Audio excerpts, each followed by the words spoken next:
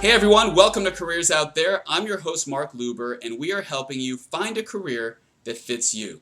Today we have a special topic. Today we're going to talk about how to find your strengths and how to figure out what it is that you're good at.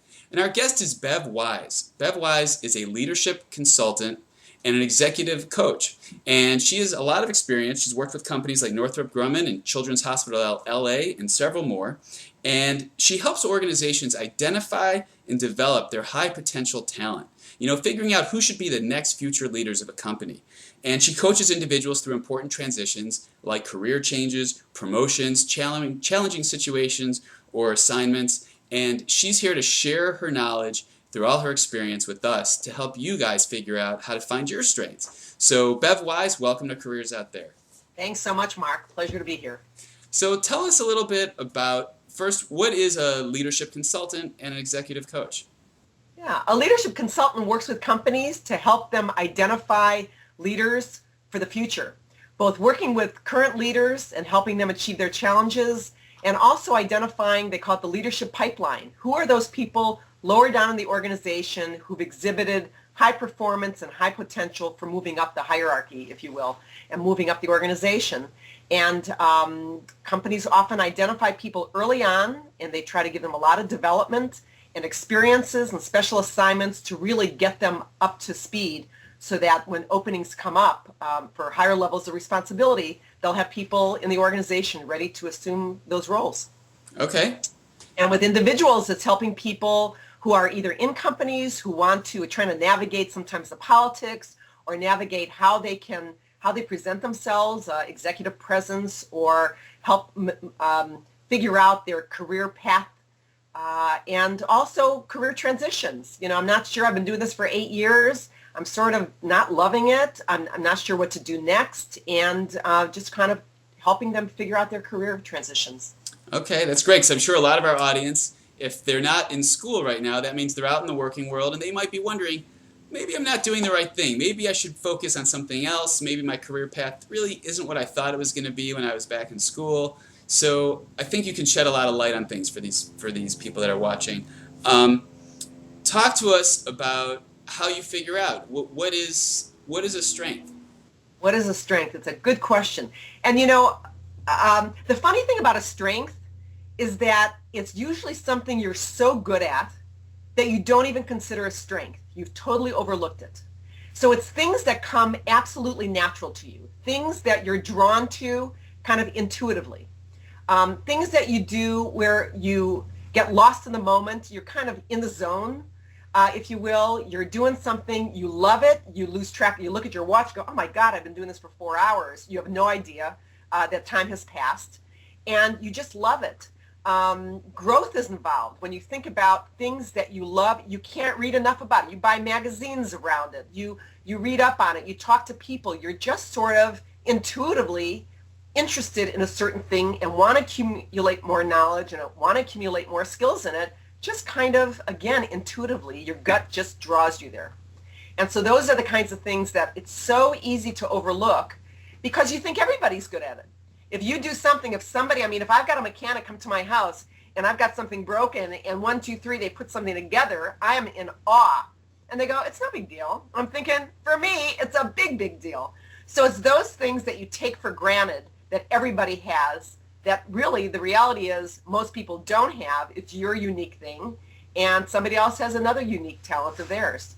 Huh, that's really cool. So then when you're talking to people at a company, do you find that a lot of times they really just don't realize what it is, and they need someone to help bounce things back and forth? Yeah, the shame of it, they say that if you're not spending 80% of your time, of your workday, working on doing things where you're using your strengths, you're not going to be so happy. You're not going to be as productive. They say that working with your strengths is really the way to select a career. For me, selecting a career or changing careers, it's almost, there's two parts of the equation. One part is, which I think is the hardest part, really looking internally and saying, what am I good at and what do I love doing? Okay? And then the second part of that is, what's the market like right now? What are growing industries? What are growing fields? What kind of industry do I want to be involved in? Do I love the entertainment world, or that's just maybe too glitzy for me, and I want to work in a big accounting firm or something. So thinking about the kind of people you like hanging out with in terms of the kind of environments you want to be in, and then apply those skills. So the skills are when you have strengths, those strengths are going to be very transferable. And it's not so much where you work. You've got to decide the kind of place you want to work. But if you identify that you're a strategic thinker and that maybe you are future focused and you can kind of see big picture kinds of things, if that happens to be one of your set of strengths, that you could imagine would be worthwhile in almost any kind of organization, in any kind of industry, in any kind of enterprise, even if you're an entrepreneur and starting your own business. It also helps you figure out, well, I can't do everything. I should be focusing at least 80% of my time on what I'm doing really well. And the other stuff, I need to either hire people if you're an entrepreneur. I can't do the bookkeeping. I'm going to bring somebody in to do that for me. It's not a good use of my time. I'm going to focus on what I do best. And that's where success, because what happens is you get stronger and stronger. You build more and more skills. So this idea about I got to work on my flat sides, I've got to work on things that I'm not good at. It's a poor way to choose a career in my thinking and in a lot of research. If you've got something that's going to be a derailer, which means something that's going to really set you off track and not going to make you successful, then you got to work on it. But if not, you should be working on things that you're already doing well. Volunteer for assignments where you could do more of it and get that kind of experience to really get a deep, deep knowledge and experience base that's going to really catapult you to wherever you want to be getting to. Mm-hmm.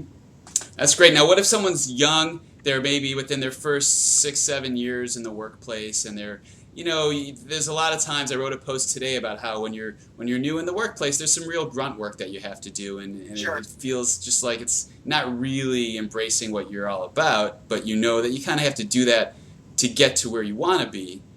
Since you're not yet doing that stuff that you really feel is where you want to be, you might not even know, what am I good at? How do you kind of at that point get to the heart of what can I really hone in on and grow? Yeah. I think that you're right. A lot of times you're paying your dues, but I think there's just one simple exercise I often do with clients that I think is very helpful. And that is to think about a peak experience, maybe 2 or 3 that you've had. And a peak experience is, I'll use the expression again, when you're in the zone. When it was a peak, when you look back and you say, God, I love doing that. I was interacting with these people. I worked on this project. It was successful. I got to be creative. I got to do whatever it was that completely turned you on, that made it stand out in your life. Now, this could be when you were 13 years old. And in fact, I think it's better to take different times in your life as separate, discrete events and talk about those moments where you really felt like this is a peak experience of my life. And once you do that and even write it out, then I think you look for threads. You look for the commonalities across all the peak experiences. So you might notice each time that there could be something about maybe the artistic, creative eye. I like to use the example of photography. If somebody loves photography, right? Right. People will like it for different reasons. Some people will love the composition of it. Other people will like the adventure of going and taking pictures of people and getting into conversations with them. Other people might like the dark room. I guess they still have dark rooms. But it's different things that they like about it. So it's not enough to say, I love art or I love photography. You want to get at specifically, what is it about that I like? And when you start asking yourself to be more specific, specifically, what is it about that I liked so much? And then drilling down even more, well, what about that was so exciting to you? At that point, you're going to if you keep doing that long enough, you will come to the core. And I guarantee you that core will be consistent throughout your life. It's not something that will easily go away, that you had a strength last week and this week it's not, not great. Yeah. But I think the important thing about a strength is you got to love doing it. I mean, you've got to enjoy it. I mean, there are people, and this is tricky when you're planning a career. Some people love what they do, but they're really bad at it. Okay? There are other people who are given special assignments because they're so good at it. And I'm sure a lot of your audience might experience this. They're given work because they're efficient, they get it done, and they hate it. And they keep getting the work because they're so good at it. So what you want to try to do is find a nexus of those two things where you love doing it and you do it well. That's really the key. You want to find both of those things. You know, it's interesting that you say that because I went to dinner with a friend the other night, and he's managing an office for a company. He's running the LA office for a big company. And what used to be a creative role for him has really become a role of delegating and managing. So he's overseeing all these people, and his job has changed so much that even though it's a great job, it's an exciting job, and he's paid well, he's not really enjoying it anymore because it's not really what he signed up to do. So I asked him, what would you do next if you were to make a move? And he said, I'd probably have to go move somewhere else and be their hands-on creative person. And I said, isn't that a huge cut in pay and responsibility? And he said, yeah, it probably would be. So he's at this interesting crossroads of things are great, I'm doing well, everything's going well, but I'm not really enjoying it. I have to shift now what I do because my role has changed. That's often what happens when somebody is really good at what they do. They keep getting promoted and promoted until the position is very different. As you move up in an organization, you're doing less of the actual work that made you successful in the first place. And chances are you're doing more managing, you're doing larger, more kind of strategic kinds of things, and you're not doing the work itself. I know somebody who's a social worker who loves being a social worker, and he got a promotion, and now he's managing. He's a supervisor of social workers, and he hates it. And he ended up taking a lateral move. He ended up being smart and negotiating the same salary, but he said, "I don't want to be a supervisor. I'm senior enough now. I can do the work." And I just do a better job, and I love what I do. So he has decided to do that. I've got another story of somebody who I know wanted to be a doctor. He went to UCLA undergrad, got a 4-point gazillion average, and he ended up was pre-med his entire life, applied to medical schools, got accepted to 9 medical schools, which is no minor feat, and the top medical schools. As he went to visit them all, he said, you know what? I just don't want to be in a hospital environment. I think I really don't want to be a doctor. And this is after an entire life of planning on being a doctor. And when he got close to it, he realized it's not what he wanted. And now he's extremely happy as a financial analyst and a financial planner and doing very well and loving it. But he caught himself in time. And I think all of us have to think about what are we really passionate about. And a friend of mine, Bev Kay, who is a real guru on career development and has written many books. One of her books is called Up is Not the Only Way. It was one of her earlier books. The concept of to be successful, you have to kind of redefine that. It's not necessarily working your way up the hierarchy. It could be taking a lot of lateral moves. It's moving where you're challenged. As long as you're growing, as long as your pay increases, as long as you feel like you're really at your core of what you do well and love doing, I think you can't go wrong. I mean, I really think that there's a lot of other ways because the job really does change as you move up in an organization. And some people might love it, and other people, like the person you talked about, can say, this really isn't for me. And it's not like a failure if you're not taking these promotions, but that you're looking for lateral moves as well. Right. And life's just too short to stick around with something that's not fun. Sure. That's for sure. Yeah. Sure. Yeah, I used to see that as a recruiter all the time. People would put the fear of change before their actual need to make a move. So even though they would recognize the fact that they had to move on and do something different, they would rather just sit in the same place that's torturing them because of the fear of change. Right. And what ends up happening is the plus side of getting laid off is I have a friend who was recently laid off who wanted to leave that organization for the last 14 years. Well, she was there 14 years. I'd say maybe the last 4 years she knew she was done. And it wasn't until she got laid off where she immediately found, miraculously, another job, is extremely happy with it, and needed that kick out the door to really make the move. But it's kind of a shame because if that wouldn't have happened, and I know a lot of people in that situation, where you're not loving it, you kind of go to work every day, you're not really in love with it, but you end up going because you're afraid, and then something happens where you're forced to do it. And then most people I know look back on that experience and say, why didn't I do this sooner? So I think for young people to get in touch with the fact that they're not loving what they're doing, and to pause and really spend some time looking internally, what do I really like doing? And think about it in terms of transferable skills and transferable strengths. When I moved, just as myself as an example, I worked for Northrop Grumman for 14 years. And one of the things that I did was planning conferences for the CEO, as these strategic leadership conferences. And so I had a lot of experience in that background, along with the succession planning that I was doing. And and when I moved on, it was to a job working with lawyers internationally. Now, who would have thought from aerospace to lawyers, what was the commonality? But I knew that I wanted something international, and I wanted to use my same skills. And so some of that conference planning and design was very helpful in teamwork, starting teams, getting going, these new practice groups that we started internationally. And I was able to transfer over almost seamlessly my experience in in a large aerospace company, for an international association of law firms. I mean, how different is that? Yeah, it's great. It's really cool. And so I think that you've got to be very clear, though, on what you love doing and what you do really well. There's a book I could recommend, too, that is a online, I'll hold up Strengths Finders. I don't get a commission for this, but Strengths Finders 2.0 by Tom Rath.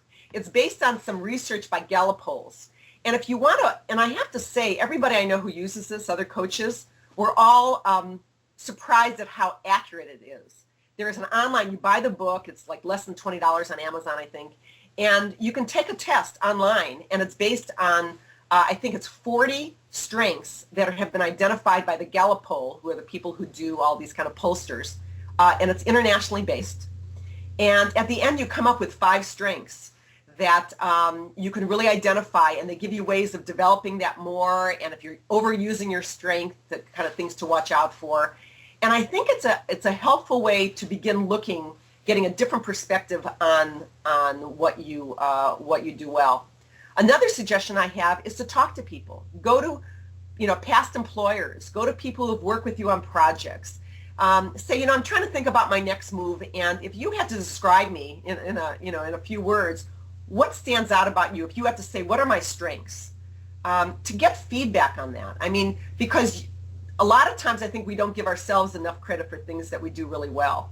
And when you start hearing a consistent message from a lot of people, it means you're pretty well branded, that you're doing that pretty well, and that you have to consider, now that you know that's recognized by other people, then you have to start thinking about, and do I like doing that? And if you do, that's a golden opportunity to figure out.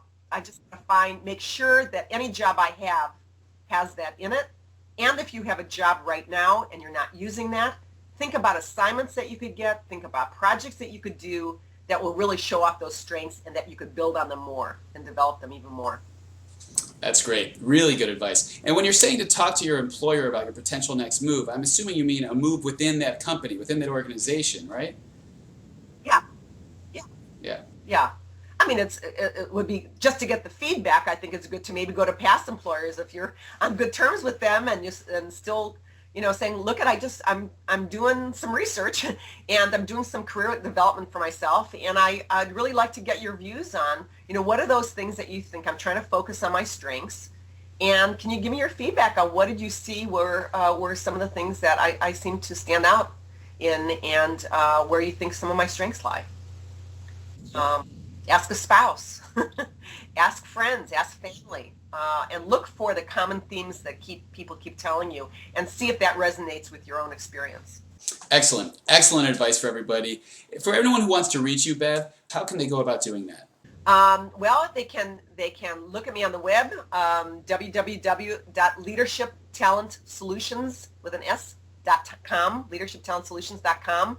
My contact information is there, and be happy to talk with anybody who just wants to see what's kind of next for them and how to move forward. Excellent. This has been really great. Everyone, as always, you get real advice from real professionals like Bev Wise here. Bev, thanks so much for joining us today at Careers Out There. Thank you, Mark. Enjoyed it. Everyone, we'd love to have your feedback. Please share it in the comment section on the site. Let us know, what did we cover well, what did we not cover well enough, and what would you like to know more about? I'm sure we're going to be having Bev back here again in the future because this was really good. So Bev, thanks again for joining us. Everyone, I'm Mark Luber. Thanks again for watching and look forward to seeing you again soon. Take care.